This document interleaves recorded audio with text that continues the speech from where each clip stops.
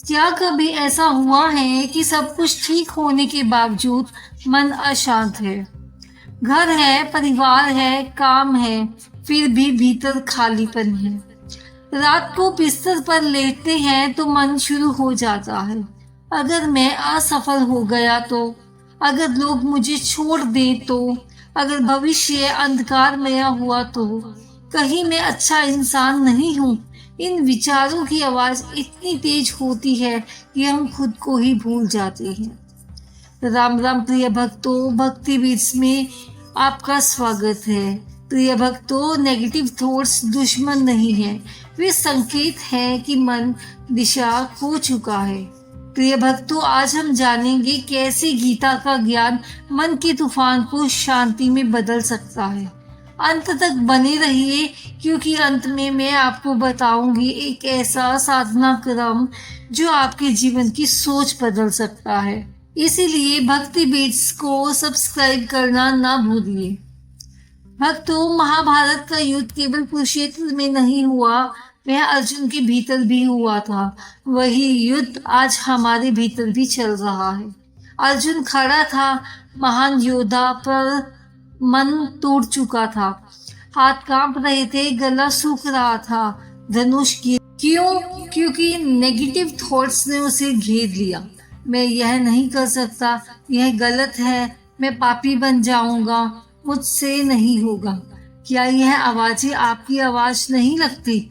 श्री कृष्ण ने उसे कोई जादू नहीं दिया, उन्होंने उसका मन बदला। गीता कहती है, मन ही मनुष्य का मित्र है और मन ही मनुष्य का शत्रु है।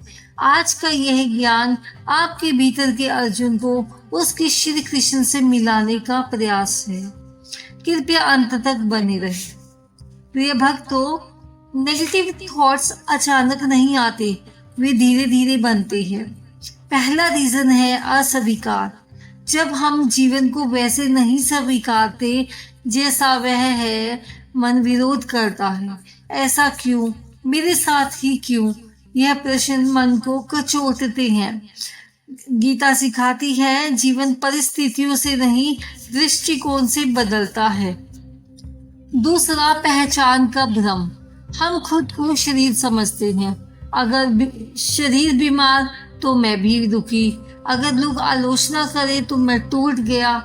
पर गीता कहती है, आप शरीर नहीं हैं, आप चेतना हैं। जब यह समझ आती है तो नेगेटिव थॉट्स की जड़ हिल जाती है। तीसरा है नियंत्रण की लालसा।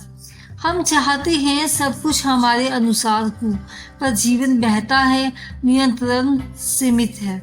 जब नियंत्रण छूटता है, मन डर पैदा करता है और डर नेगेटिव थॉट्स बन जाता है। अब सब अपने आप से पूछिए, मेरे नेगेटिव थॉट्स की जड़ क्या है? प्रिय भक्तों, गीता का एक श्लोक मन की चिंता को तुरंत कम कर देता है।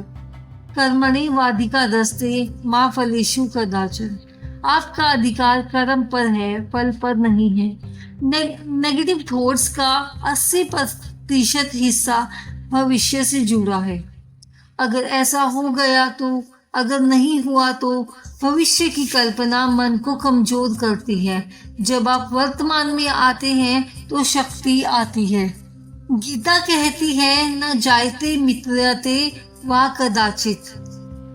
आत्मा ना जन्म लेती है ना मरती है, तो फिर हम किस बात से डरते हैं? हम डरते हैं क्योंकि हम खुद को अस्थायी चीजों से जोड़ लेते हैं। नौकरी, रिश्ते, पैसा, सम्मान। जब इनमें हिलावट आती है तो मन टूट जाता है, पर जब पहचान बदलती है तो मन स्थिर हो जाता है। प्रिय भक्तों, यदि आप आत्मा हैं तो आपकी असली पहचान क्या है? शांति, प्रेम, चेतना। नेगेटिव थॉट्स आत्मा का स्वभाव नहीं है, वे मन की आदत है। आत्मा में जैसे थॉट्स भरेंगे, आत्मा वैसा ही रिएक्शन देगी। आदत बदली जा सकती है। प्रिय भक्तों, आज का सबसे बड़ा जहर है तुलना, कंपैरिजन। सोशल मीडिया ने इसे बढ़ा दिया। उसकी जिंदगी कितनी अच्छी है, वह मुझसे आगे है, मैं पीछे रह गया।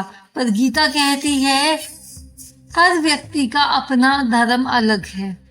आपकी यात्रा अद्वितीय है। तुलना करने से कृतज्ञता मर जाती है और जहाँ कृतज्ञता नहीं वहाँ नेगेटिव थॉट्स बढ़ते हैं। आज से हर रात 3 चीजें लिखें जो आपके पास है। धीरे धीरे मन कमी से समृद्धि की ओर जाएगा। प्रिय दर्शकों, यह केवल शुरुआत है। अब प्रश्न आता है कि मन अंधेरा क्यों बनता है?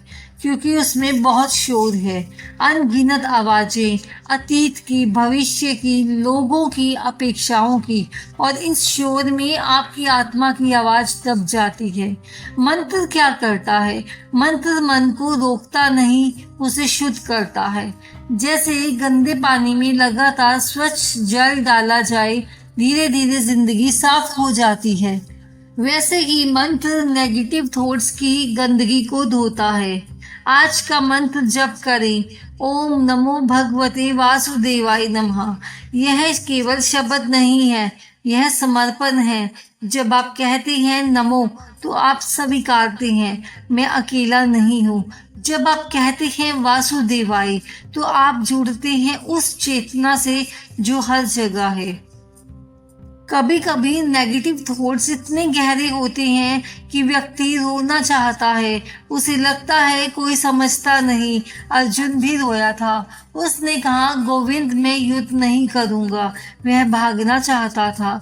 क्या आप भी भागना चाहते हैं? समस्याओं से, लोगों से, जिम्मेदारियों से। गीता सिखाती है, भागने से मन शांत नहीं होता, समझने से होता है।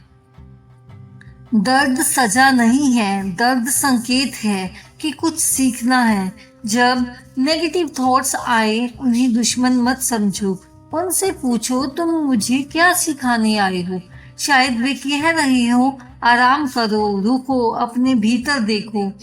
जब मन कहे मैं बेकार हूँ, तब जोर से कहे मैं आत्मा हूँ। जब मन कहे कोई नहीं समझता, तब कहे भगवान समझते हैं। धीरे धीरे मन की भाषा बदल जाएगी। प्रिय भक्तों, गीता का अंतिम संदेश क्या कहता है?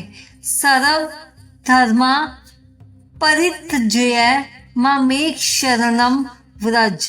सब कुछ छोड़कर मेरी शरण में आ जाओ। इसका अर्थ है जिम्मेदारियां छोड़ना नहीं, डर छोड़ना है, कंट्रोल छोड़ना है। जब आप सब कुछ संभालना चाहते हैं, मन थक जाता है। जब आप कहते हैं भगवान मैं प्रयास करूंगा पर परिणाम आपको समर्पित, तब मन हल्का हो जाता है। प्रिय भक्तों, कल्पना कीजिए कि आप भारी बोझ लेकर चल रहे हैं, पीठ दर्द कर रही है। फिर कोई आता है और कहता है यह बोझ मुझे दे दो। क्या आप देंगे या जिद करेंगे कि नहीं मैं खुद उठाऊंगा? समर्पण कमजोरी नहीं है, यह विश्वास है। अब निर्णय का समय है। सुनना आसान है, करना कठिन है, पर जो करेगा वही बदलेगा। 21 दिन का संकल्प लें। सुबह उठते ही 11 बार मंत्र जप करें। गीता का एक श्लोक रोज पढ़ें। 7 मिनट ध्यान करें सांस पर। 1 घंटा बिना मोबाइल के भगवान का नाम लें। रात को 3 समर्पण की बातें लिखें। और सबसे महत्वपूर्ण, अगर नेगेटिव थॉट्स आए तो उन्हें तुरंत रिप्लेस करें। अगर आता है कि मैं असफल हूँ, बोलिए कि मैं सीख रहा हूँ। मैं अकेला हूँ को कन्वर्ट कीजिए मैं जुड़ा हुआ हूँ। सब खत्म, यानी कि यह नया आरंभ है। 21 दिन के बाद क्या होगा? नींद बेहतर होगी, मन हल्का होगा, आत्मविश्वास बढ़ेगा, डर कम होगा, सोच सकारात्मक होगी, पर सबसे बड़ी बात आप खुद को पहचानने लगेंगे। प्रिय भक्तों, नेगेटिव थॉट्स दुश्मन नहीं है, वे अनियंत्रित मन की आदत है और आदत बदली जा सकती है। आज निर्णय लें कि मैं अपने मन का मालिक बनूंगा। मैं गीता के प्रकाश से अपने विचारों को बदलूंगा। यहाँ तक हमने सुना है तो इसका अर्थ है कि आपके भीतर बदलाव की सच्ची क्षमता है और परिवर्तन हमेशा बाहर से नहीं, भीतर से शुरू होता है। आज हमने नेगेटिव थॉट्स की बात की, पर क्या आपने कभी सोचा ये विचार आते कहाँ से हैं? वे आते हैं जब हम स्वयं को भूल जाते हैं, जब हम भूल जाते हैं कि हम केवल शरीर नहीं, हम केवल नाम नहीं, हम केवल असफलता या सफलता नहीं, हम चेतना है, हम आत्मा है, हम प्रकाश है। आंखें बंद कीजिए, गहरी सांस लीजिए और छोड़ दीजिए। अपने हृदय पर रखिए, कहिए अपने आप से कि आप अभी भी यहाँ हैं। इतनी परेशानियों के बाद भी अगर आप जीवित हैं, आप सांस ले रहे हैं, आप सुन रहे हैं, इसका अर्थ है भगवान ने अभी भी आपसे उम्मीद नहीं छोड़ी। तो आप खुद से उम्मीद क्यों छोड़ रहे हैं? जब आपका मन कहे कि मैं थक गया हूँ, भगवान का नाम लीजिए। हाँ, कभी कभी मन सच में थक जाता है। लोगों की अपेक्षाएं, लोगों की दौड़, दुनिया में दौड़ना फिरना, रिश्तों की उलझने, भविष्य का डर, सब मिलकर मन को भारी बना देती हैं। पर याद रखिए, अर्जुन भी थक गया था। उसने भी हथियार डाल लिए थे। उसने भी कहा था कि मैं नहीं कर सकता, और उसी पल ज्ञान की शुरुआत हुई। जब आप स्वीकारते हैं, हाँ मैं कमजोर हूँ, उसी पल दिव्य शक्ति प्रवेश करती है। आज से नेगेटिव थॉट्स आएंगे, पर आप उनसे डरेंगे नहीं, आप उन्हें पहचानेंगे। जब मन कहे सब खत्म, आप मुस्कुराकर कहेंगे यह नया अध्याय है। जब मन कहे कोई नहीं समझता, आप कहेंगे मेरा ईश्वर समझता है। जब मन कहे मैं असफल हूँ, आप कहेंगे मैं सीख रहा हूँ। अब हम सब मिलकर 11 बार जपेंगे। आंखें बंद कीजिए, सांस शांत कीजिए, धीरे धीरे कहें ओम नमो भगवते वासुदेवाय नमः। हर बार जपते हुए कल्पना करें कि आपके मन का अंधेरा पिघल रहा है और भीतर से एक शांत प्रकाश उठ रहा है। प्रिय भक्तों, याद रखिए, अंधेरा कभी स्थायी नहीं होता। रात चाहे जितनी भी लंबी हो, सूरज उगता ही है, और गीता वही सूरज है। जब भी मन डगमगाए, गीता खोल लीजिए। जब भी विचार भारी हो, मंत्र जप लीजिए। जब भी अकेलापन लगे, आंखें बंद करके कहिए मैं आत्मा हूँ, मैं सुरक्षित हूँ, मैं ईश्वर से जुड़ा हूँ। प्रिय भक्तों, आप टूटे नहीं हैं, आप अधूरे नहीं हैं, आप असफल नहीं हैं, आप यात्रा में हैं। और हर यात्रा में कभी पहाड़ आते हैं, कभी घाटियाँ आती हैं, पर जो चलते रहते हैं वे ही शिखर तक पहुँचते हैं। आज का यह ज्ञान केवल सुनने के लिए नहीं था, यह जीने के लिए था।